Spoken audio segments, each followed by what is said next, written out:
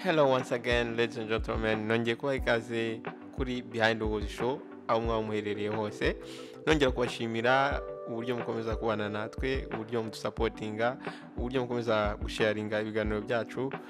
Ibyo byose ndabibashimiye. Nawe mushyashya kuri channel yacu, ngwaye ikaze risesuye. Just feel at home. Icyo ngusaba gusa nuko ubanza ugakanda subscribe. Noneho ukareba n'ahantu hari inzogera ugakandaho kugira ngo igihe cyose dushyize ikiganiro ujye ubona notification cyangwa ubutumwa bugufi. Ndashimira abantu bakomeza kutumotivatinga, batumuhereza message batubwira ko ibiganiro tubari byiza. Iyo tubonye ikiganiro cyabonye views, tukabona ikiganiro cyarebwe n'abantu, tukabona comments, biratumotivatinga, biduha imbaraga zo gukomeza tugakora. Ndabashimira rero muri ibyo byose. Mbere yuko dutangira iyi nkuru yacu, reka tubanze dusenge. Turagushimiye Mana yera, tugushimiye ko uri Imana isumba byose. Tugushimiye ko waturinze, turagusaba ngo ukomeze uturinde, uduhe kwiyoroshya kandi uduhe no gukundana. Amen. Nyandikira muri comment section ngo amen. Inkuru yacu rero y'uyu munsi turayitangira duti. Turayitangirana na couple y'abantu babiri, Shiva na David. Bakaba barabanaga nk'umugore n'umugabo. Bakaba baramaze hafi imyaka 5 batarabona urubyaro. Iyi couple rero ikaba yaraciye mu bibazo bikomeye. Murabizi iyo umuntu afite ibibazo nk'ibyo ngibyo bijyanye no kuba adafite urubyaro, abantu batangira kumubangamira, abantu batangira kumuvuga. Nyuma rero y'igihe, murabizi iyo umuryango uhuye n'ibibazo nk'ibyo ngibyo, abantu batangira kuvuga, abantu batangira kudekuraja. Ariko Shiva na David bahisemo gukomeza barakundana, barakomeza barabana, bategereza ugushaka kw'Imana. Nyuma y'igihe rero baje kwigira inama y'uko bakwadoptinga umwana, akaza akajya bamara agahinda, akajya akina nabo, akajya abana nabo, bakamufata nk'umwana wabo. Ubwo rero baje kwadoptinga umwana w'umukobwa witwa Mia. Uyu mwana w'umukobwa akaba yarafite imyaka 6. Uyu mwana w'umukobwa Mia yari yaravukanye ubumuga, ntago yabashaga kugenda, ndetse nuko yagendera mu kagare nabyo ntago yabibashaga. Ariko umwana akigera aho ngaho muri uwo muryango, imitima yahise ihura. David n'umugore we batangira gukunda uyu mwana cyane, baramunezererwa. Nuko baramukunda cyane, ndetse umugabo akajya avuga ati uyu mwana namukunze, uyu mwana nzamuha buri kimwe cyose azifuza. Iki gihe rero ibyishimo byose bitaba mu muryango. Umwana bamufashe nk'umwana wabo, ndetse ababera umwana mwiza, nabo baramukunda. Urukundo rwari hagati ya Mia ndetse n'uyu muryango rwari urukundo ntagereranwa, rwari urukundo rwiza, rwari urukundo ubona udashobora kugereranya na buri kimwe icyo ari cyo cyose. Buri nijoro David n'umugore we bafataga Mia bakamushyira hagati yabo, bakamusomera inkuru nziza cyane.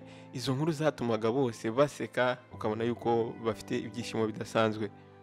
Igihe kimwe rero cyarageze, anniversaire ya mwana Mia iragera, barayitegura, bakora fete nziza cyane, bazana cake nziza cyane, baracelebratinga, barishima. Mia asangira n'abandi bana, akina n'abandi bana, ku buryo bonaga ko ari ibintu byiza cyane. Ndetse bafata Mia bamujyana muri park aho abana bishimishiriza. Niho yakatiye cake ndetse akatana n'abandi bana, arishima cyane, ukabona ko ari ibintu birenjeje. Mia byaramushimishije cyane, ndetse aza kwiyumvamo yuko ari muri famiye nziza kandi famiye imwitaho. Nyuma ho gato rero igitangaza cyaje gukoreka. Nyuma y'umwaka ho, ubwo batekerezaga yuko ibintu bitagishobotse, Shiva yaje kwisanga atwite. Buri umwe wese mu muryango wabo yarishimye kumva yuko abana babo bagiye kugira umwana wabo bwite. Ntabwo byatinze rero, nyuma ho gatoya wa mugore yahise abyara umwana w'umukobwa mwiza. Nyuma yuko bibaruka wa mwana w'umukobwa, ibintu byose byase bihinduka. Rwa rukundo berekaga Mia, kwa kwishima bamwerekaga, bahise babihagarika, ahubwo batangira kujya bishimana na wa mwana mutoya. Mia yarabyumvaga yuko umwana mutoya n'ubundi akeneye kumwitaho cyane. Mu mutima we akababara kubera yuko nawe yaratakibona umuntu n'umwe umwitayeho. Mia yagerageje kuba mukuru wa mwana mutoya, ndetse akamusekera, akagerageza kumukinisha. Ariko akabona ko bababyeyi igihe cyose agerageje kwegera wa mwana barakaye cyangwa se batabyishimiye. Ntago bigiraga batuma na rimwe uyu mwana Mia ashobora kwegera uyu mwana w'umukobwa wabo cyangwa se ngo amukoreho. Ibyo byaramubabazaga cyane rero Mia bigatuma yigunga.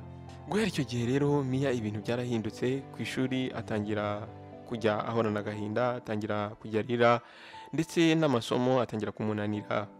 Abarimu babashije kubona yuko ari kitagenda kuri uyu mwana, bafata umwanzuro wo guhamagara wa muryango kugira ngo uze bawusobanurire uko uyu mwana ari kwitwara. Barangije baravuga bati uyu mwana Mia akimara kubona yuko twabyaye undi mwana yashije kugira akantu k'agafuhe, ariko twizera yuko ari bimwe by'abana bizageraho akabimenyera. Igihe cyarageze rero anniversaire ya wa mwana iragera, nuko Shiva na David bakora ikirori kinini cyane, ariko ntabwo bigize baha n'amahirwe byibuze uyu mwana Mia kugira ngo agere aho ibirori byari biri kubera. Gusa icyo yakoze wa mwana Mia, yagiye mu idirishya akuraho irido akajya arebera aho ngaho mu idirishya, areba ikiri kujya imbere, uko abantu bari kwishima, uko abantu bari gucelebratinga anniversaire ya wa mwana. Umwana akibona ibyo ngibyo, abonye ko bamutereranye, abonye ko nta witaye kuri we, amarira yatangiye kugwa, atangira kurira. Nyuma rero gato, nyuma y'ibirori ubwo byarangiraga, wa mwana yaje kurwara. Shiva na David bakoze buri kimwe cyose kugira ngo barokore ubuzima bwa wa mwana. Bamujyanye ku bitaro byiza, batanga amafaranga menshi, bazana abadogiteri bakomeye kugira ngo babashe kuba barokora ubuzima bw'umwana wabo. Ariko ibyo byose ntacyo byatanze, umwana wabo ntabwo yabashije gukira. Batangira kwibaza bati ese Imana kuki yadukoreye ibitangaza, ariko igitangaza yadukoreye kikaba kituvuyemo hakiri kare. Nyuma y'uko rero wa mwana wabo w'umukobwa yitaba Imana, bahise bagarura urukundo Mia, barongera noneho baramukunda, bamwereka urukundo noneho ruruta urwo bamukundaga na mbere yose. Ariko se ushobora kumenya ibyaje gukurikiraho?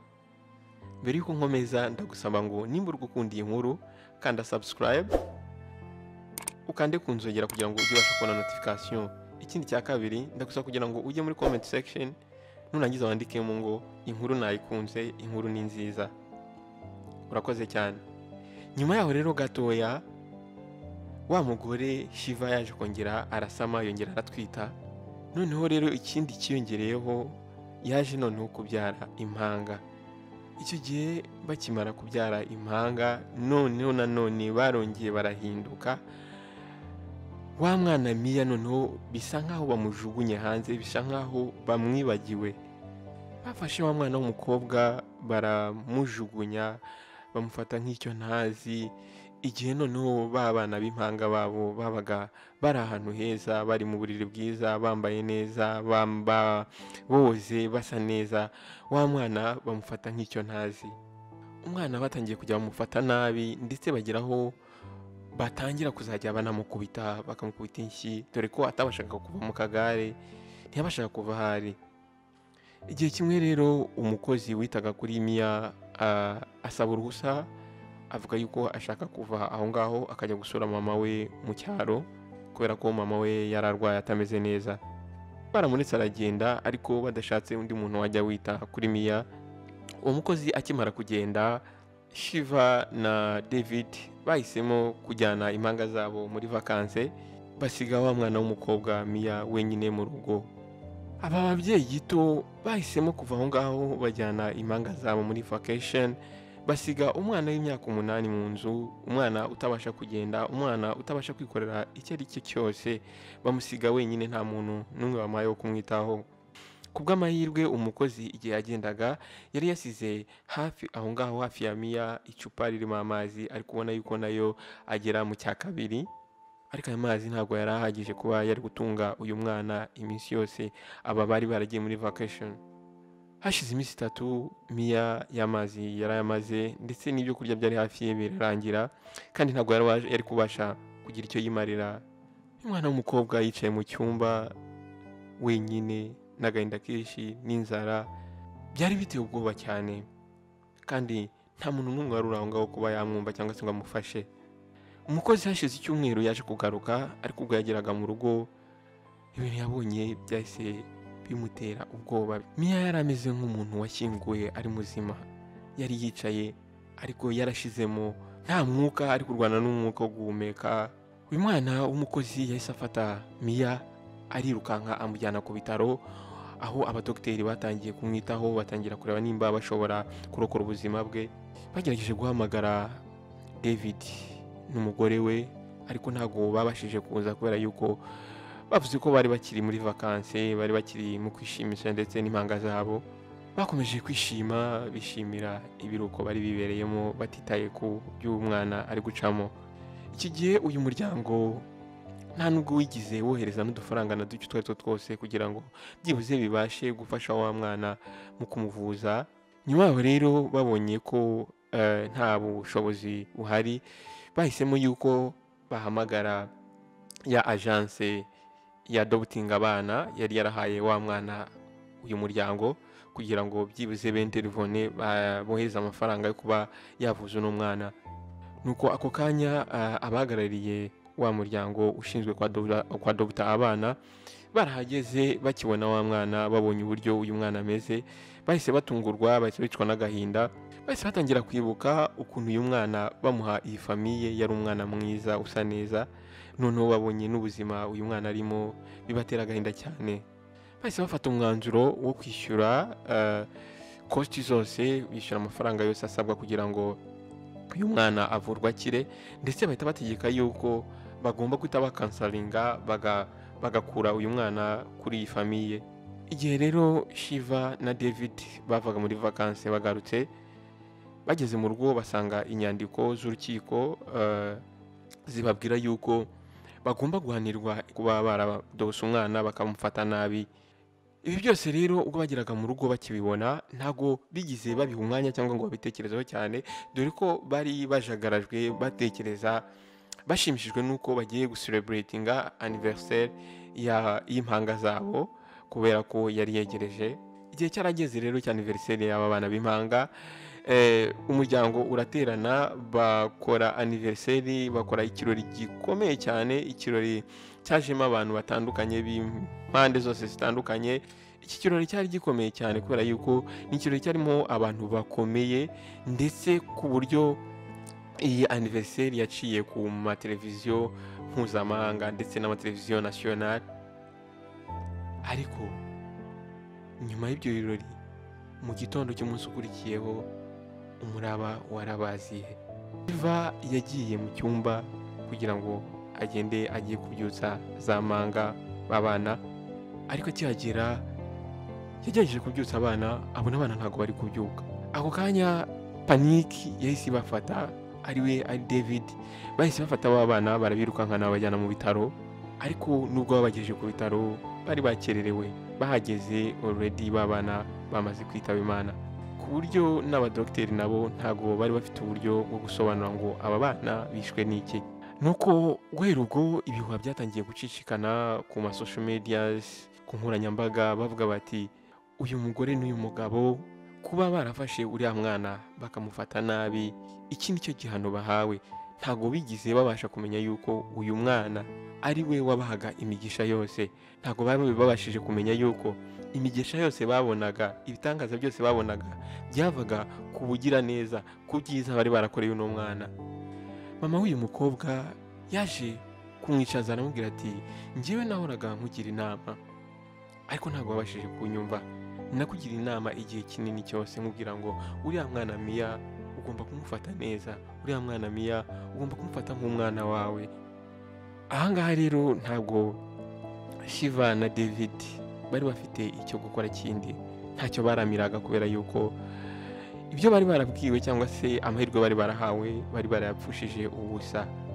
Agahinda karabatashye, umuraba uza mu buzima bwabo, bahiranwa n'agahinda, aho wa mwana Mia yaje kubona indi famiye imwadopta, imufata neza, imufata nk'umwana bwite, ahorana ibyishimo biramutaha.